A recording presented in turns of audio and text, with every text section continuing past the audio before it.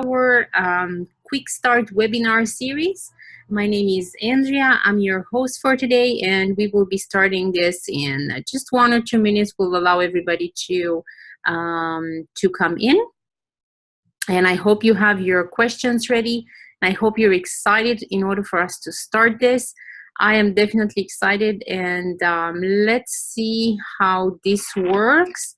Let's just test to see if technically speaking all is good. Let me know if you can hear me good, if you can see me, and if you can see my screen. Let's just go there.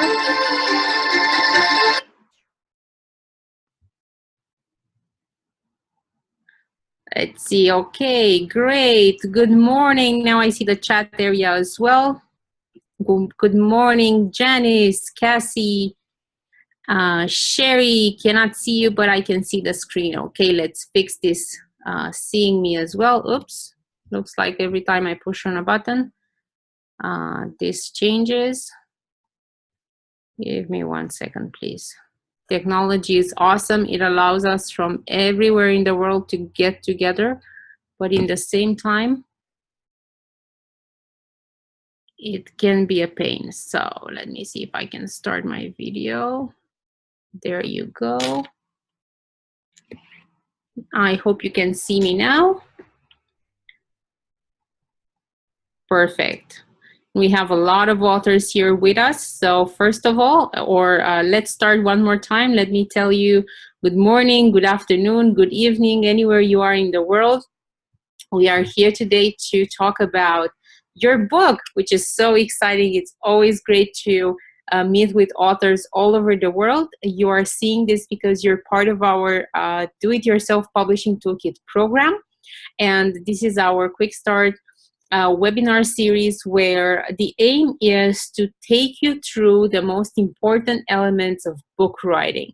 So we are now at webinar number 4. We've been through the platform. In the first webinar of the series, I showed you how to use the website.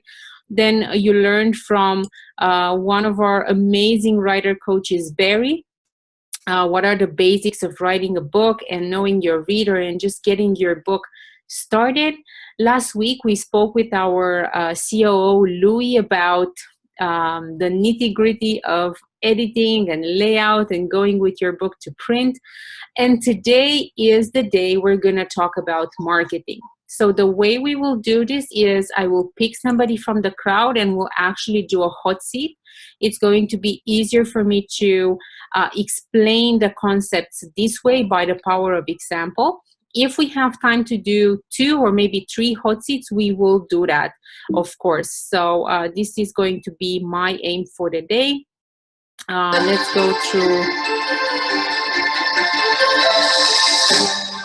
Don't you just like this intro? I feel like I'm on the news. So the plan was, this is what I've just went through. Our first session was the program overview and Q&A section. The second was know your reader and write your book. We went over the third session, editing, layout, and print. And today we're doing book marketing one-on-one. The 5th session, which is going to be next week, it's actually a bonus session, and we will talk about how do you as authors grab media attention. So we'll get started with this. For some reason, my system here is not working perfectly, so I'm going to ask my awesome assistant Shirley to help me out just to read any questions that you guys are putting in because I cannot see them on my screen here. And we'll just go like this. Now I'm going to ask you if you ever thought about using your book as a marketing tool. I will ask you to raise your hand because we will be going over a potential business that you can grow around your book. So if you already have one, we will talk live about how this book can help you. And if you don't have one and it's just at the beginning, we will talk about how you as a new author can start setting up a new business. We will go over some basic elements that you need to know and you need to establish for yourselves, and then you go from there. Of course, there's homework involved, and I'm gonna get into that pretty soon. So for now, if you already put your name in the chat area, then Shirley will upgrade you as a panelist, and she will unmute you so that we can have a conversation about you and your book. And everybody's going to see live. How do you build this? How do you go around this? How do you create the ideas of making this happen for you? So, okay, I see somebody was just promoted as a Sherry raised her hand, and I think I saw Sherry raising her hand more than once. So Shirley, why don't we unmute Sherry so that I can have a conversation with her.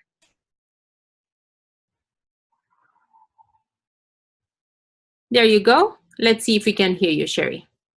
Can you hear me? I can. Perfect. Awesome. Hi. Hello. Good morning. Good morning. So Sherry, share with us something about you, like who you are, what's your business, or what do you do for a living, and what is the book that you were thinking of writing, or if you started it, what's the book that you started already? Okay, have several books, and I think the first one that I am going to create for speaking businesses, I am a speaker, trainer, and coach on the business side. 12 years as a certified business consultant with the Small Business Development Center here in the United States. So one of the things that got me started in that career was to help small business owners with their taxes, just simple things that can help them. And so the title of my book is How to Keep Your Business from Becoming Theirs. Because if you take the word "the" and the word IRS and you put it together, it spells theirs. And Good. so the word "the" and the word "theirs" are going to be two different fonts. And so that's going to be my book on tips, with the new tax laws changing and all of that good stuff. So that's what I'm going to be using to do more speaking. And just met with a gentleman on doing a podcast. He's already got it set up with video cameras and all that good stuff. So that's going to be the start. That's awesome. So Sherry, with this book, what is you told us a little bit about what you do, which is great, and the book. What is the primary objective of your book? What do you want this book to do for you, not for the reader necessarily? What is the expected outcome? The expected outcome is to do more training and speaking. So at business groups, women business owners, that kind of thing, to do notes and sell the book in the back of the room. Perfect. So your primary objective, because we need to have just one, right? And you said three things. Okay. You said speaking. Let's do speaking. Grow your business and sell books. These are the three things that you said. And I guess it would make sense if your primary objective would be getting speaking engagements, because those speaking engagements would lead into new customers for you, right? And into book sales and everything else. Correct. Good. So your primary objective is getting speaking engagements. Yeah. Perfect. Now, when you're writing the book, you need to have in mind exactly this, your primary objective. And then who's going to be your target audience? So this is number 2. Okay. If your primary objective is getting speaking engagements, then your target audience needs to have among them people who would hire you to be their speaker. Correct. Right? Yes. So this is a bit of a shift that I'd like every author on this call or everybody hearing this on a recording to understand, that there's one thing to write a book on a topic that helps entrepreneurs. This is perfect. But then if you're in Sherry's situation, you also need to remember that the ones who hire you may not, it's not necessary that they need the information in the book, right? But what's Okay. needed is that you and them have the same target audience. Got You it. know, see, so let's think about it now. Who among the conference organizers, like, or what's the type of speaker employee, so to say, that we're going after? Who are these people? Conference organizers may be one of them, right? Or people who have larger platforms or podcasts or radio shows that have live events as well. Yes. Or people who do live or online summits Mm-hmm. directed to entrepreneurs. Yes. Do you speak on other topics than what you were thinking of writing the book about? Yes, I do other topics, so I can just speak on just entrepreneurship as a whole. Mm-hmm. As a leadership coach, I also to speak on leaderships. You know, the characteristics, the tools, the communication, conflict management. So yeah, there are things on the leadership side where even a small business owner should even have those same types of um, tools, if you will. So maybe a leader of one, but they Mm-hmm. also can take those same tools to work with their customers. Okay, great. Now let me challenge you now on the book that you're doing. Okay. If its primary objective is to get you speaking engagement, and so clearly you serve small entrepreneurs and small businesses, right? Yes, ma'am. Um, what if you would go a little bit broader with your book, Okay. keep the financial aspect of it as, like, you can segment your book into even greater than chapters, right? Into a section of the book. Why Okay. don't you do a broader book where you talk about leadership?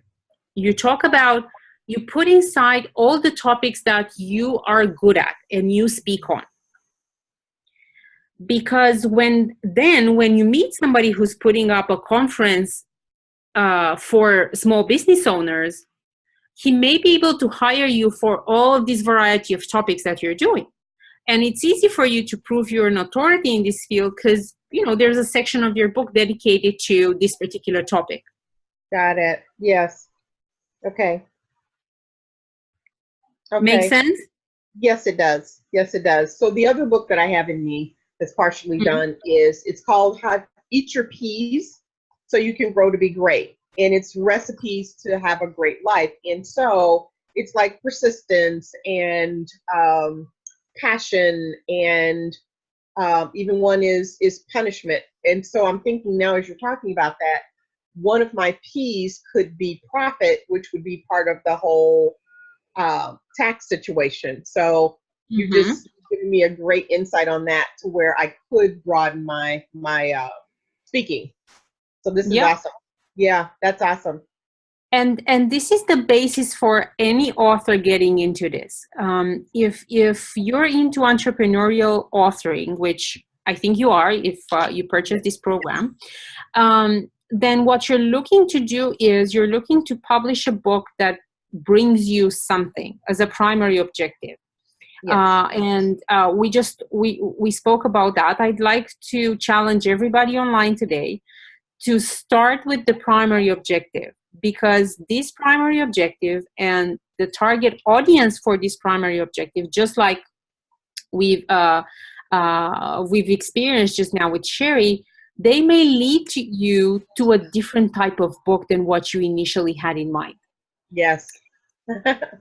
So I'm so happy Chance made this happen, Sherry, because you Yeah. are actually proved to be the very perfect example for our conversation today. So now let's move this a little bit further along the line.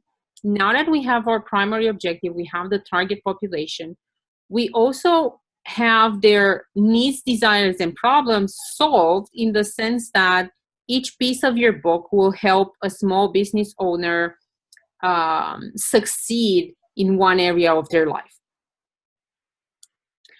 And I think this is what's interesting for anybody who's putting together conferences or events. They're looking for speakers that can talk on a variety of subjects because they have a variety of conferences as well. Yeah. Right? So now that we have this new book that has been literally engineered to give you the completion of your primary objective, let's talk about how do you actually use the book to this perspective, right? To this objective. Yeah. Where are we? And this is one-on-one again. We'll go back to target audience. People who help business owners, conference organizers, summit organizers, podcasters, anybody who can put you in front of their, I think we can even think of chambers of commerce here. Yes. Yes. And other small business associations. Yes, absolutely. Absolutely. Great. So now the next thing to do, because we know who your target audience is, right? And Yes, we made a list with them, and we have your book, and now we need to make them aware that your book exists in an exciting way for them to want to hire you as a speaker for their event. Right. So an easy way to do that is to interview them for your book.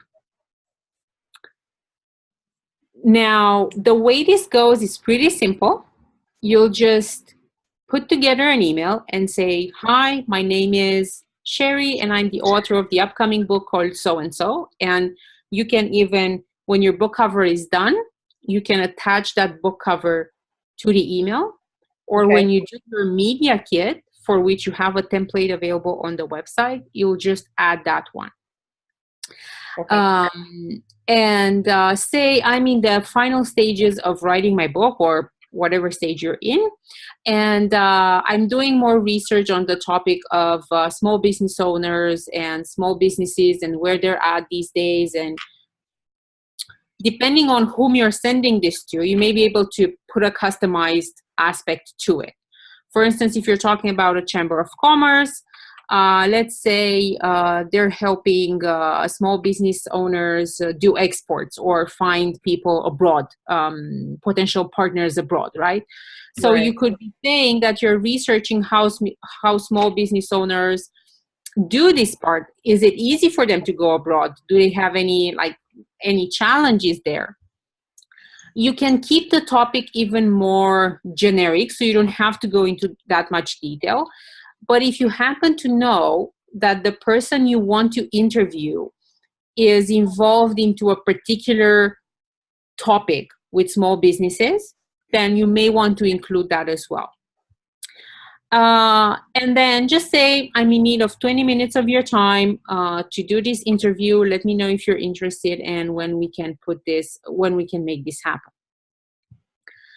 Now, the benefits of this is it's non-invasive. You're not selling anything. You want their professional advice, which makes them feel good about themselves. And it's not every day that an author wants to take their interview. Right. So this is... Will this be part of the book, or this is just a way to market and let them know that I'm available? I'll get to that in a second. Okay. Sorry. It's a good way, no worries. It's a good way to break the ice, as you can see. Got it. Now, in the 20-minute conversation that you're going to have with them, this gives you the chance of letting them know about you and who you are and what you do, and about the book and how the book serves small business owners. And depending on the content of your book, you can ask really, really particular questions. Like, you could even get a lot of content of it, but it's not mandatory. So if you feel that there's good content coming out of that person, then you can go with an interview that goes more in depth with the whole thing. If in the first, minutes of conversation, or even before that, you've assessed that this is a meeting that is more for networking and getting them to know you, and maybe you just part as friends from the whole thing. Friends in the sense that they don't have a lot of content necessarily for the book. Mm-hmm. Then ask a few general questions. And the best question to ask is, what advice would you give to my audience, to the readers of the book, to the small business owners in the US, or the small business owners around the world, given the times that we're living now? Your aim would be to pick from this whole interview at least a quote. So that's 2 lines, like 2 or 1 sentence, something. So if content-wise it's really dry, and they're not saying anything that you're going to use or you can use, that's fine, because you're researching. You're not promising that you will feature them in the book. And it would be nice if you can find at least 1 quote that you can put inside, because then when the book is published, you can send them a copy of the book and put a post-it on it and say, hey, your interview, your quote is at page 100. Okay. Now imagine how the president of a chamber of commerce, what will he do with a book where he is featured in? He's going to keep it, and he's probably going to share and say, hey, look, I'm in a book, which is promotion. Awesome. Yeah. He's going to share it with the members of his community, because those members pay to be part of the Chamber of Commerce. Right. And this is also him proving to them that they've done a great choice to select his organization, right? The organization he's leading. Mm-hmm. And this is what you can do so be strategic about these interviews. Make a list with all the people whom by meeting them would benefit you. This is what you're looking for at the end of the day. Now, the same president of a chamber of commerce, now you're friends already because he's in your book, right? So in a way, you're connected for the lifetime of the book. Right. The first time he has a members gather up, he's going to call you to speak to them, because you know what, you're an authority that has something awesome to give to the small business owners. And one of his duties is to bring to those members great information and new resources and coaches and people who can help them. Right. So that's how you start landing speaking engagements, by using your book. Okay, this is awesome. I'm excited. I'm happy you are, and I think any author needs to be excited about this, because when you get to the heart of entrepreneurial publishing, this is where everything happens. And this is it. It's engineering a book that will help you help a lot of people. The interview process is super easy. And I do advise you to start doing it when you have something visual about your book. So when your book cover is done, that's a good point. And when your media kit is done, that's an excellent point to start with. Because the moment you send in your media kit, it automatically shows that you're an author that doesn't mess around. So you know what you're doing. This is all really professionally done. It elevates your authority even a bit higher. You're not this, hip hop indie author doing a book that wants to interview him. You're really somebody who knows what she's doing. So this is very, very important. Okay. And that's how you get started.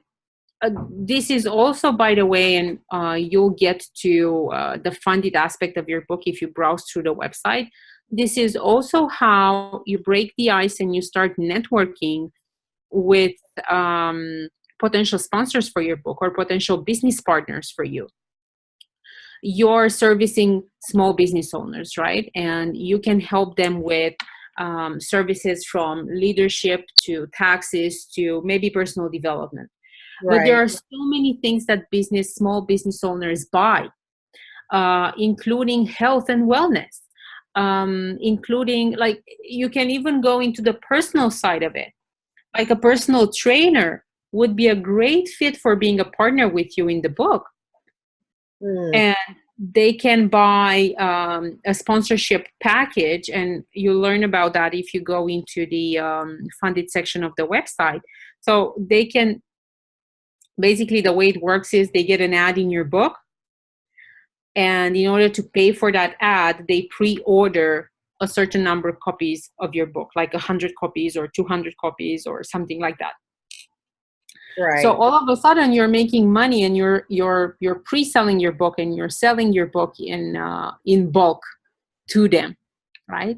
And in return, they get to be they get exposure. Everywhere you go, you become this walking, talking PR billboard, talking about them and recommending them to your audience. Again, they're completely non-competing with you. So it's just making sense for this to happen. And you can go in any area. If there's you can partner with law firms, you can partner with the real estate companies, you can Mm. partner with travel agencies. Again, so many things that small business owners buy on top of what you could be selling them. And representatives of all of these niches could be in your book with an ad, and this would mean money for you ahead of time. This is also a great way for you to put together the funds and the budget you need to to buy the editor, the Yeah. proofreader, to Yes. Yeah. to buy the books, for them to be printed. This is why we call this the funded coaching aspect. It's you funding your book by finding these partners and talking to them and selling them copies of your book. That's So awesome. it's really easy and a very, very powerful tool. And it all starts with this interview technique that I've just shared with you. Yeah. I'm loving it. Perfect. That's great, Sherry. Thank you so much. Thank you. Let's do a quick time check, and Shirley, you can mute Sherry if you want to. That's okay. And if you can tell me how much time do we have available, that would be great. If we have time, I would do one more hot seat before moving on. Now, guys, you tell me, are you loving this? Do you like this? Do you like this approach? Is this something that you had in mind? Is it something that you plan on doing moving forward? How do you feel about this? Let's see. I'm trying to check the chat area.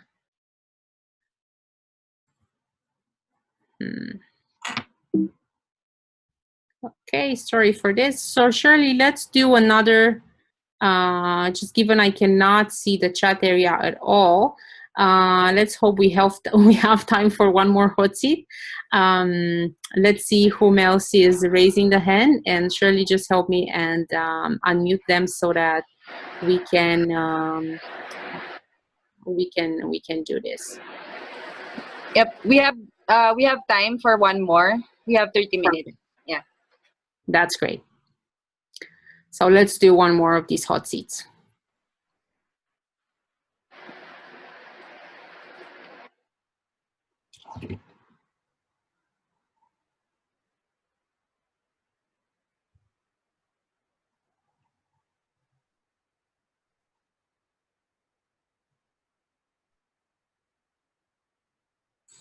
Okay.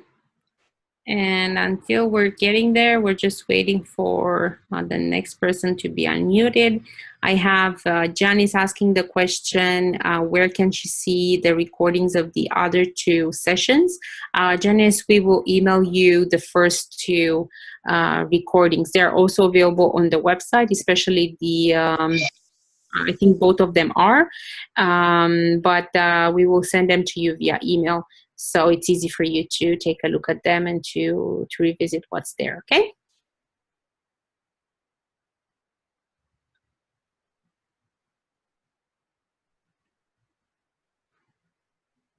Okay. Shirley, just pick somebody and Okay. I asked them for any volunteers. I see, okay. All right. Any volunteers? Now, when you're launching your book and you're doing a Zoom webinar like I'm doing now, sometimes it's going to happen that you have no control over your mouse, but your webcam is working, your PowerPoint is working, so there's no other way for you than move forward. So that's how you do it. You don't lose your calm. You just admit that there's a problem and you continue. And hopefully you're going to have somebody with you to help you solve this, like I have Shirley today. So thank you, Shirley, for your help. We have Braca here with us. I hope I'm pronouncing your name correctly. Let's see if we can hear you. You're muted, so try to unmute yourself. Okay. Today, this is Sam and Braca. Hi. How are you? Welcome. I'm doing great. I'm struggling with this mouse control right now. It's messing up with my screen, but otherwise everything is fine. Tell us something about you, and so what do you do for a living, and what's the book that you're planning on writing? Well, what we do, my profession is a licensed counselor. Enjoy working with couples, enjoy working with people regarding relationships. I do EAP for companies. And so the book we have in mind is,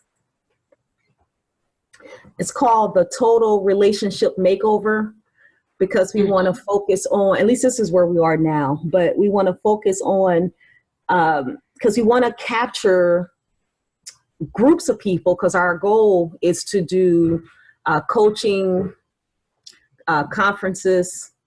We want to meet with groups of people basically, and we want to have go wide instead of deep. So with the title, The Total Relationship Makeover, we want to, in that book, be able to hit on the relationship with oneself, the relationship with one's employers, the relationship that involves people's lives, which is within themselves, their employers, their relationship with their significant other, relationship with children. So relationships is what we want to hone in on. And we want to be able to strategize it in a way where, depending on, from that book, depending on what that need is as it relates to relationship, whether it's a company or whether it's even a church, we would go more into that aspect with that particular target group. But the whole goal is the total relationship makeover. Awesome. And do you, can you help people in all of these areas, or do you envision having partners that would help you assist them in go deeper into one particular topic? Yes, we can, but partnerships are phenomenal, and they're phenomenal as it relates to ability and skill. Those are things we're doing right now. Like, for example, when I do EAP for this company, seeing how if only the company knew this, if only the company knew that, a lot of the problems they're having, they wouldn't have. Yeah. So, but again, with that aspect, it's more focused on the client, not the employer, not the company. So from that aspect, definitely yes. From the aspect of relationship, yes, because we also do couples counseling, and we've had quite a bit of success with our own, married 25 years or what have you. So lots of success with couples. And then everything starts with oneself and the relationship they have with oneself, their mindset, how they're seeing things. So yes, but definitely of the persuasion that partnerships with other people, because we do want to, for example, interview, like within this book, we do want to interview different people, like people who feel they have success, which a key word is balance. That's a key word that will come out in the book, balance. But definitely, like, for example, interviewing people who have success as it relates to their relationship, relates to their job, their total life balance, basically. That's that. I guess that hones in on it more. Total life balance. That's a real good title too. Total life balance. It is, and you know what? You may consider it. It's balance is the new. It's a new hip word. Everybody is looking for it. There's no more. See, it's no more. Being fit or being healthy or being wealthy or, you know, building this awesome business. It's now balance is the new word. Yes. So you may just as well capitalize on that. That's and it's truly powerful. So tell me again, what you have in mind is really awesome. I just want to do a quick check on how this book aligns with your primary objective and target population. So what's the primary objective with you doing this book? What would you want the book to bring you or to do for you? Coaching, seminars, conferences, workshops. Our goal is to be able, like what I do right now on a one-on-one basis, want to grow that to save me time and resources. So switching the strategy to capture more people, because it's just what we've done so far has been very, very, very effective. Again, there's no leverage. So I guess that's another thing, looking for leverage of time and resources. Yeah. Okay, I get it. So one of the things that you may be looking at is transforming your business model. This is, you have to go through this first, and you have to figure this out first before going on and finding new customers, because then you have to do something with them, right? Yes. So you need a foundation, the back end of it created. So you can go into, ultimately, you may want to do a 3-layer type of product that you are sharing with your audience. Layer 1 would be a 1-day event or a 2-day event where they get to learn the basics of it. And this is for, it can be for 50 people or 100 people. You can offer it for free, or you can offer it for a small fee of, say, up to $100. Okay. In this event, you can sell a group coaching program where you get 5 to 10 people, or however many you feel comfortable, and you feel that they would have results, right? If they're in there. Yes. And group coaching can be in an online environment like you and I are sitting today through a Zoom webinar. You can have, and what I'm doing here today is also group coaching. Okay? So we have authors just like you who joined our program, and it's a do-it-yourself program, but I wanted you to have the opportunity of asking questions and see how we're doing a hot seat now, and we're talking particularly about you. So there's a teaching, you could have a teaching at the beginning of it, or 30 minutes or 45 minutes can be teaching, and then 15 minutes can be Q&A, for instance. Or you can do hot seats, or you can do a lot of things. But the idea is, however you structure your content, which needs to be transformational, of course, you can gather these people in a group environment online, and you can do coaching with them. So this frees up your time.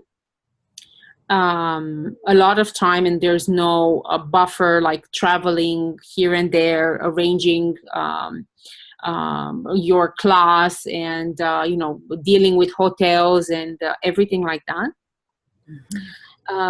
And you also get the benefit of having more people who paid the same amount of money coach in the same time. Right. So instead of you charging, I'll just give a random example. Instead of you charging $1,000 for one-on-one coaching, you would charge $1,000 for group coaching. That can be, because there's no additional cost to you doing this, it can be spread over 6 months. But instead of you working one-on-one, you're already working with 5-10 people in the same time. Right. So that's 5-10K already, and that you're fulfilling on with more ease. Right. Right? Yes. And then you can keep one-on-one coaching as a super exclusive, higher priced ticket item that you offer to the ones that can afford, number one, and that they truly want an experience one-on-one with you. So you can always have the one-on-one option. I mean, you can do masterminds, you can get together with your highest paying clients, you can get together in a resort and, I don't know, solve their problems, your mindset issues in a 2-day intensive or something like this. So you can have fun with the one-on-one aspect of it. And of course, you're free to charge more money for it because you already have group coaching where everybody gets the transformational content necessary for them to do to get the results that they want to get to. And if they want more, they can book you for one-on-one coaching, or they can go in a special retreat with you or something like this. Make sense? Yes, definitely. Definitely. So you first of all, try to think of your foundation for Yes. the business and how you would want them to just imagine and put it. You can have just a letter format piece of paper and put it all down. Yes. Like if somebody comes to you, say you're at an event, you've just finished a speech about your book and about what you do, and they reach out to you and they say, how can we work with you? So the first thing you say is, well, I have an event. It's on, it's next weekend. You can book it online, or you can go at the back and buy a ticket. Or when you buy a copy of my book, you get a free ticket to that event. This is the most non-invasive thing that you can do. And it's also recommended. The reason for it being, if you've had a 1-hour talk in a conference where they hear other speakers talk, the possibility of them, yes, they're going to come up to you and they're going to ask, how can I work with you? But in the same time, they haven't been exposed to you enough to buy a highly priced ticket item. Right. So you can say, well, you can pay $5,000 to work with me, but you're going to scare them away. It's just too early, right? The interest is there, but it's too early for them to sell them a high ticket item. However, if you say, well, there's my colleague there at the back, she's selling my books, and if you get a copy of my book, you also get a $100 ticket to my one-day event. So that's a pretty low entrance point. And this is what you're looking for. When they're at your one-day event, then they've been exposed only to you and your content, and they've had their aha moments, and you help them transform their life in one shape or form. So at that point, they are ready to buy into a $1,000, $2,000, $3,000 program, which is a group coaching program. Got it. Got it? Got it.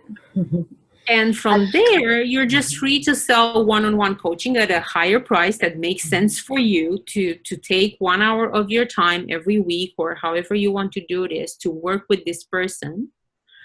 So it doesn't it doesn't strain you, it doesn't deplete you of energy because you've been running all day long and now you have to do this coaching thing.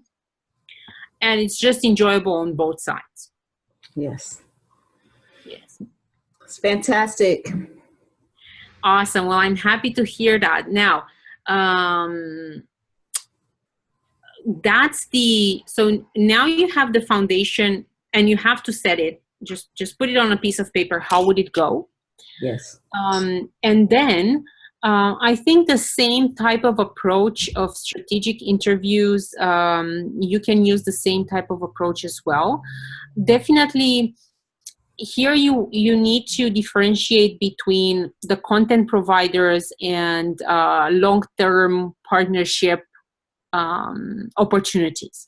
Because some of them, you will be interviewing them because their life is an example of balance, or they've done something that help you, so they actually put content in your book. Yes. And this is the very primary objective for which you're interviewing them. Mm-hmm. But then there's also this other set of people, like again, in your case, applies conference organizers, associations that deal with couples, meetup groups, on any of the topics of your book. That's where you want to go, just to establish a really nice non-invasive relationship where there's no selling, there's you trying to understand who they are, what they do, and them getting exposed to you and what you do. Yes. So do make sure you have two separate lists of people who give you content and people who give you long-term partnership. And in some cases, they could be both. Like you can find somebody that gives you great content and is always a good business partner for you. Mm-hmm. Fantastic. Awesome. Well, I'm super excited about this, and you have an awesome book going on with a great primary objective that is definitely set up for success for you. So guys, for everybody online today, let's just revise a little bit what needs to happen and how do you need to approach this whole book marketing aspect. So number one, you will think of what's your primary objective. So what do you want this book to do for you? It's not for your audience. It's not what they learn. It's not how you transform the world, how you help it to be a better place. It's what does it do for you? Can it give you, or would you want it to give you speaking engagements or more clients, or a new business, a new career if you have a job and you don't want to have a job anymore? So whatever it is, just be really clear what's your primary objective. And then think about who's your target audience. Like, as you saw in Sherry's case, because her target audience was represented by conference organizers and people who could hire her to speak, as her primary objective was to get speaking engagements, her original book was not aligned with these two. So we had to go ahead and think of another book that would be aligned and it would be in accordance to her primary objective and her target population. So that's how you engineer the book. And of course, you also need to have in mind what is the problem, what's the need, the desire that you're solving. This is how you're coming up with the title. Again, having your target audience in mind, you want to always show them what they want and then give them what they need. What do I mean by this? You are the expert matter in the field, right? So they may say, we had the example earlier about was it the Total Balanced Life? I think that, or something similar to that. So if it's about balance, and again, balance is the word of the day now. And any entrepreneur and anybody who is just running around trying to fit everything in one day, they heard that there's this magic thing called balance that they need to be looking for, because that's the key to their sanity. So they will definitely settle on a book that promises to give them that balance. Now, what's inside the book is a completely different thing, because in order for you to have balance in your life, then you all starts with mindset, right? Now, I do guarantee that if you're doing a book on mindset, it's not going to be as successful as a book on balance, because what's in your what's in your avatar's mind all the time is, I gotta get balance, I gotta get balance, I gotta get balance. They're not thinking all the time, I have to get my mindset straight. So this is a perfect example of what they want, which is balance, compared to what they need, which is a complete mindset shift. I hope this clarifies the aspect, and this will also, the difference between what they want and what they need. This is the key for a great book cover. The book cover needs to speak to what they want, not to what they need. The content of the book is about what they need. But think that they have about 2 seconds when they're looking at your book cover, and in those 2 seconds, their mind needs to go, yeah, that's the book I need. So you need to know your avatar that well, that you can go in their mind, you can see what they're thinking about, and you can understand what are the keywords that are triggering something for them in their head, and those are the keywords that you need to use for your title. And the examples we had before, they were really good in this area, so I could not comment too much on it. But when you are doing your own, when you're thinking about the title, just have this in mind. The surprise element is the interview process. So this is where everything comes together when it comes to marketing, because what are you going to do with the book? The book is about setting you up as an authority in your field, setting you up for a lot of exposure. And in order for this to happen, you can already use your book from the very early stages of planning it to get yourself in front of your target audience and of the people who matter. And the interview process is a very easy way to do this. Either you're looking for sponsors for your book, so people who want to buy an ad there. Either you're looking for somebody who's going to hire you as a speaker, or somebody who will expose you to their database, which is made out of potential buyers for you. Whatever that is, the surprise element is you doing this interview. You're definitely going to surprise them by reaching out to them and saying you want to interview them for your book. And then depending on how the conversation goes, this can turn into a partnership, it can turn into a sponsorship, or it can turn into just you parting as friends. That's also a possibility, right? Number 5, don't forget to celebrate the small victories. Post on social media every day, every other day. Whenever you do something about your book, just share it to the world. It's amazing how the support we're getting from our online following helps us move forward. That's number 1. And number 2, by the time your book gets out of print, you already have a lot of people lined up and ready to buy that book.